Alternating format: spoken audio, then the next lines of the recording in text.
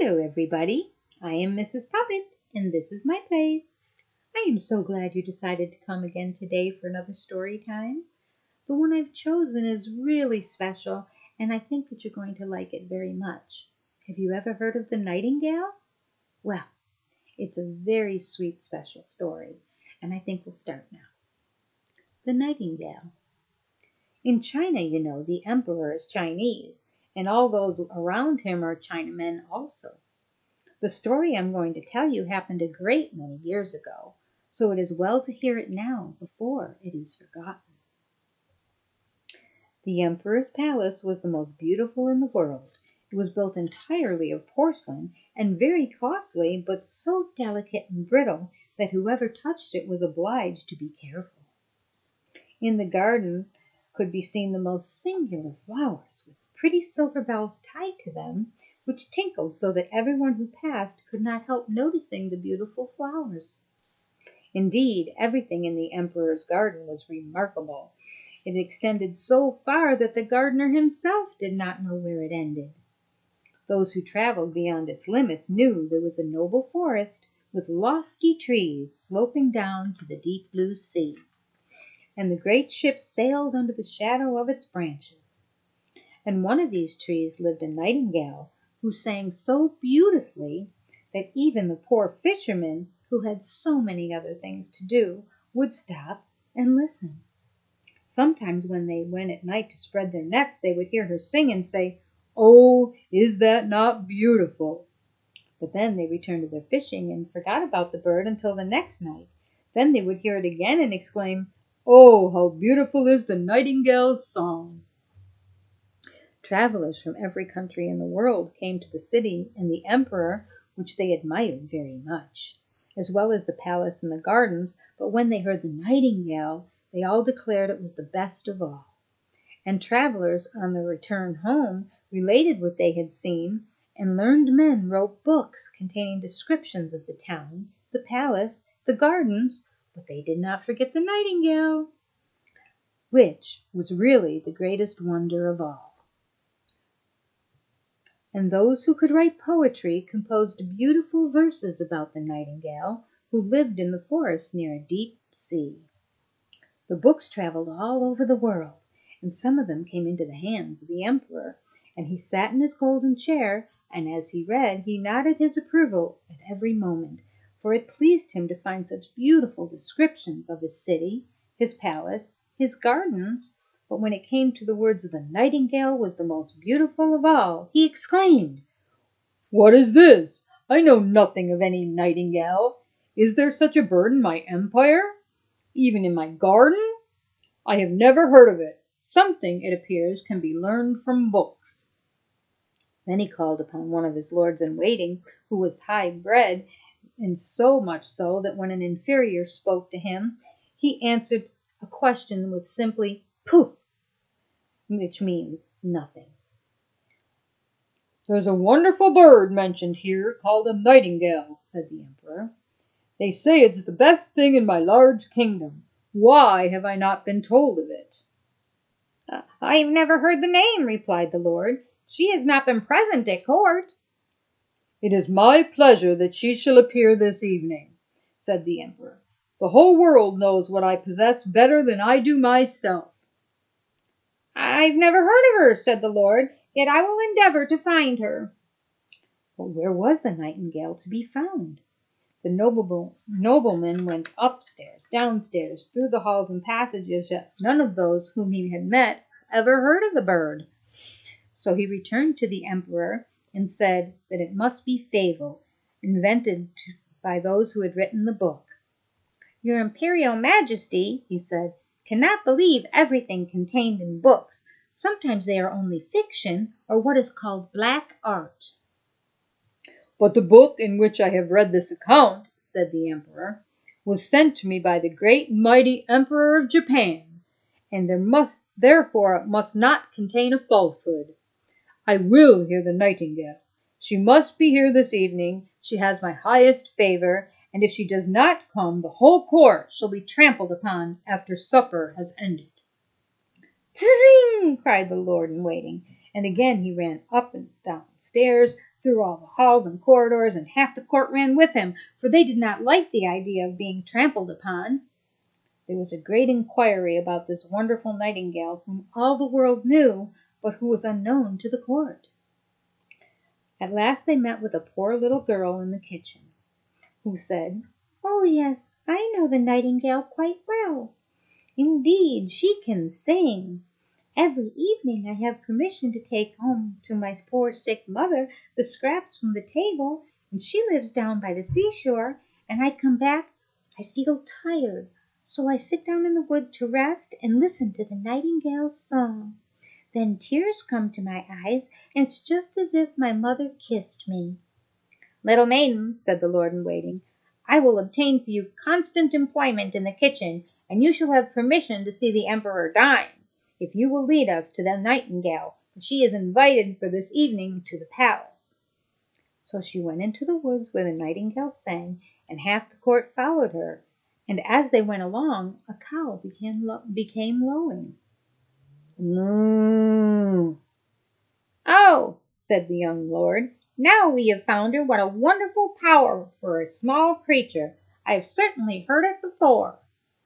"No, that's only a cow lowing," the little girl said. "We are a long way from the place yet."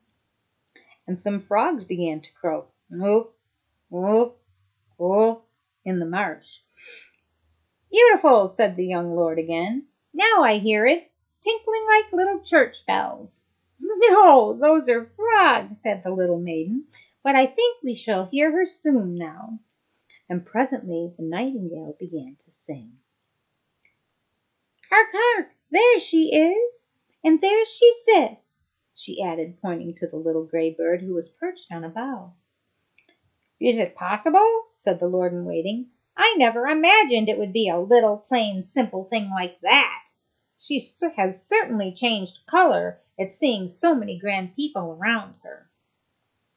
"Little nightingale," cried the girl, raising her voice, "our most gracious emperor wishes for you to sing to him." "With great pleasure," said the nightingale, and began to sing most delightfully. "It sounds like little tiny glass bells," said the lord-in-waiting, "and see how her little throat works. It is surprising we've never heard this before. She will be a great success at the court." "I shall sing once more before the emperor?" asked the nightingale, who thought that he was present. "My excellent little nightingale," said the courtier, "I have the great pleasure of inviting you to a court festival this evening, where you will gain imperial favor by your charming song."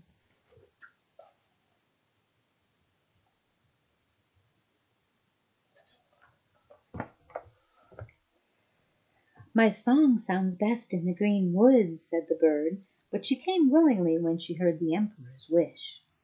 The palace was elegantly decorated for the occasion. The walls and floors of porcelain glittered with the light of 1,000 lamps. Beautiful flowers, around which little bells were tied, stood in the corridors. What with the running to and fro and the draught, these bells tinkled so loudly that no one could speak to be heard. In the center of the great hall a golden perch had been fixed for the nightingale to sit on. The whole court was present, and the little kitchen maid had received permission to stand by the door. She was not installed as a real court cook. All were dressed in full dress, and every eye turned to the little gray bird when the emperor nodded for her to begin. The nightingale sang so sweetly that tears came to the emperor's eyes, and then rolled down his cheeks as her song became more touching and went to everybody's heart. The emperor was so delighted that he declared the nightingale should have his golden slipper to wear around her neck, but she declined the honor, with thanks. She had been sufficiently rewarded already. "I have seen tears in the emperor's eyes," she said. "That is my richest reward." "An emperor's tears have wonderful power, and are quite sufficient honor for me."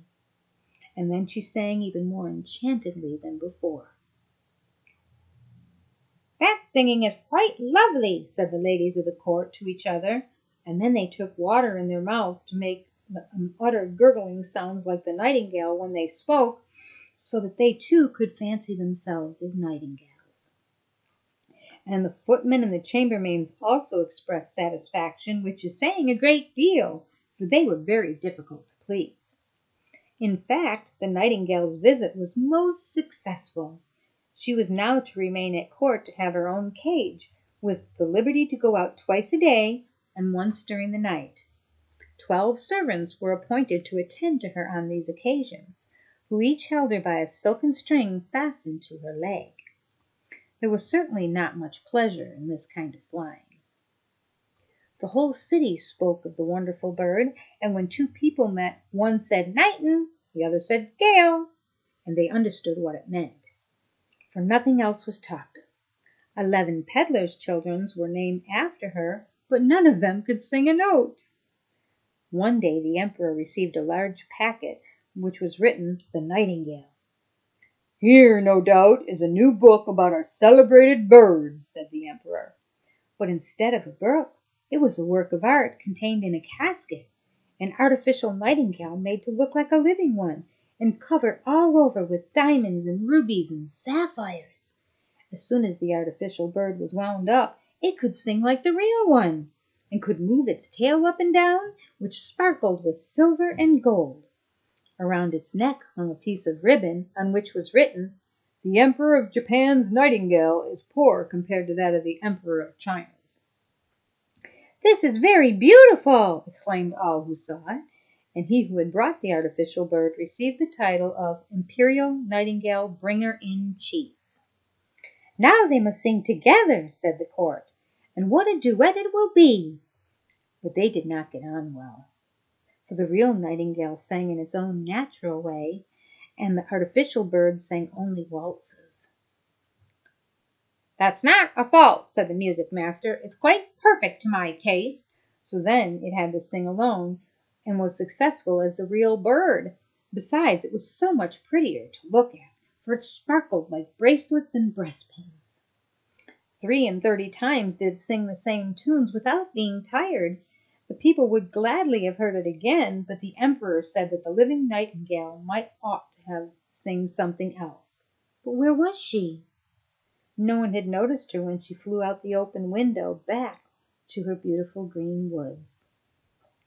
"What strange conduct!" said the emperor when her flight had been discovered, and all the lords blamed her and said she was a very ungrateful creature. "But we have the best bird of all," and they would have the bird sing again, although it was the 34th time they had listened to the same piece, and even then they had not learned it, for it was a rather difficult one. But the music master praised the bird in the highest degree, and even asserted that it was better than the real nightingale, not only in its dress and its beautiful diamonds, but also in its musical power. "For you must perceive, my chief lord and emperor, that with the real nightingale we can never tell what's going to be sung, but with this bird everything is settled. It can be opened and explained so that people may understand how waltzes are formed and why one note must follow the other." "That's exactly what we think," they all replied. And then the music master received permission to exhibit the bird to the people on the following Sunday, and the emperor commanded that they should be present to hear it sing. When they heard it, they were like people intoxicated. However, it must have been with drinking tea, which is quite the Chinese custom. They all said, "Oh!" and held up their forefingers and nodded, but a poor fisherman who had heard the real nightingale said, "It sounds pretty enough, and the melodies are all alike, and there seems to be something wanting. I cannot exactly tell what." And after this, the real nightingale was banished from the empire, and the beautiful artificial bird placed on a silk cushion close to the emperor's bed. The presents of gold and precious stones which had been received with it were around the bird, and was now advanced to the title of Little Imperial Toilet Singer, and to the rank of number 1 on the left hand, for the emperor considered the left side on which the heart lies the most noble, and the heart of an emperor is the place that is better than other people. The music master wrote a work in 25 volumes about the artificial bird, which was very learned and very long and full of the most difficult Chinese words. Yet all the people said they had read it and understood it for fear of feeling stupid and having their bodies trampled upon. So a year passed, and the emperor, the court, and all the Chinese knew from every turn in the artificial bird's song, and for that same reason it pleased them better. They could sing with the bird, which they often did. The street boys sang, "Zia, zia, zia, cluck, cluck, cluck," and the emperor himself could sing to it also. It really was most amusing. One evening, when the artificial bird was singing its best, and the emperor lay in bed listening to it, something inside the bird sounded whizz, and then a spring cracked whirr, when all the wheels running around and the music stopped. The emperor immediately sprang out of bed and called for his physician, but what could he do? Then they sent for a watchmaker, and after a great deal of talking and examination, the bird was put in something like order.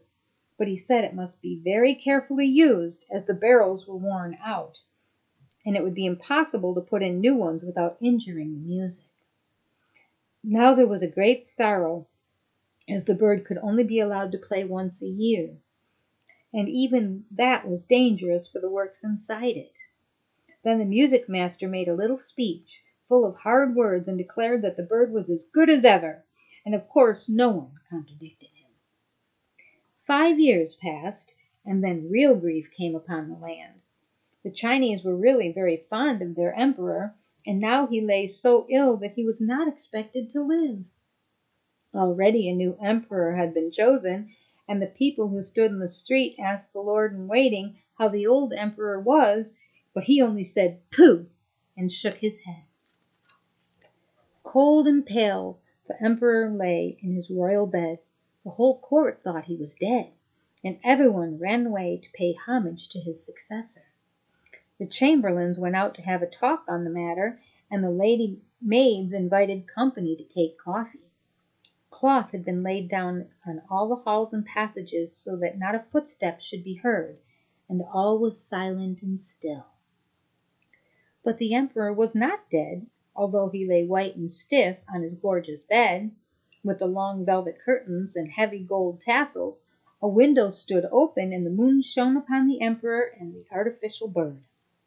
The poor emperor, finding he could scarcely breathe with the strange weight on his chest, opened his eyes and saw Death sitting there. He had put on the emperor's gold crown, and held in one hand his sword of state, and in the other his beautiful banner. All around the bed and peeping through the velvet curtains were a number of strange heads, some very ugly, and others lovely and gentle-looking. These were the emperor's good and bad deeds, which stared him in the face now that death sat on his heart. "Do you remember this? Do you recollect that?" they asked one after another, thus bringing his remembrance circumstances that made perspiration stand out on his brow. "I know nothing about it," said the emperor. "Music! Music!" he cried. "The large Chinese drum, that I may not hear what they say." But they still went on. And Death nodded like a Chinaman to all they said. "Music! Music!" shouted the emperor. "You little precious golden birds, sing, pray, sing! I've given you gold and costly presents. I've even hung my golden slipper around your neck. Sing! Sing!" But the bird remained silent. There was no one to wind it up, and therefore it could not sing a note. Death continued to stare at the emperor with cold, hollow eyes, and the room was fearfully still. Suddenly there came through the open window the sound of sweet music. Outside, on the bough of the tree, sat the living Nightingale. She had heard of the emperor's illness, and was there to come to sing to him of hope and trust. And she sung. Shadows grew paler and paler, and the blood in the emperor's veins flowed more rapidly and gave life to his weak limbs. Even Death himself listened and said, "Go on, little Nightingale, go on." "Then you will give me the beautiful golden sword and that rich banner, and you'll give me the emperor's crown," said the bird. So Death gave up each of these treasures for a song, and the nightingale continued her singing. She sung of the quiet churchyard where the white roses grew, where elder trees wafted its perfume in the breeze, and the fresh green grass is moistened by the mourner's tears. Then Death longed to go and see his garden, and floated out through the window in the form of a cold white mist.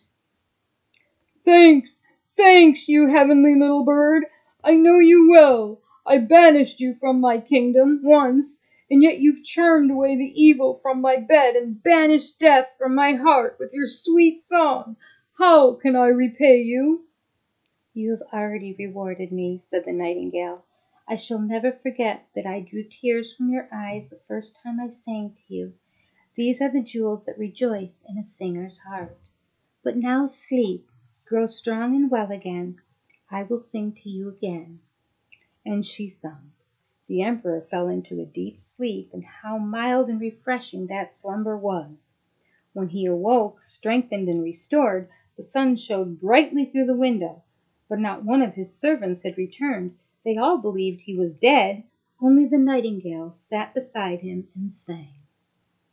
You must always remain with me, said the emperor. You shall sing only when it pleases you, and I will break the artificial bird into 1,000 pieces. No, no, do not do that, replied the nightingale. The bird did very well as long as it could. Keep it here still. I cannot live in the palace. I built my nest, but then let me come when I like. I will sit on a bough outside your window in the evening and sing to you, so that you may be happy and have thoughts full of joy. I will sing to you of those that are happy and those who suffer, of good and evil, and are hidden around you. The little singing bird flies far from you in your court in the home of the fisherman in the peasant's cot. I love your heart better than your crown, and yet something holy lingers around that also. I will come, I will sing to you, but you must promise me one thing. Everything, said the emperor, who was having dressed himself in his imperial robes, stood with the hand that held the heavy golden sword pressed to his heart. I only ask one thing, she replied. Let no one know that you have a little bird who tells you everything. It will be best to conceal it. So saying, the nightingale flew away. The servants now came in to look after the dead emperor, when lo! There he stood, and to their astonishment he said, "Good morning." Wasn't that just the sweetest story ever? They thought that the artificial bird was going to be so much better than the real bird, but she proved to them that sometimes having a real thing is better, because they can care and they can love you as much as you love them. So never disregard that. If somebody is loving you, appreciate them and love them right back. See you next time.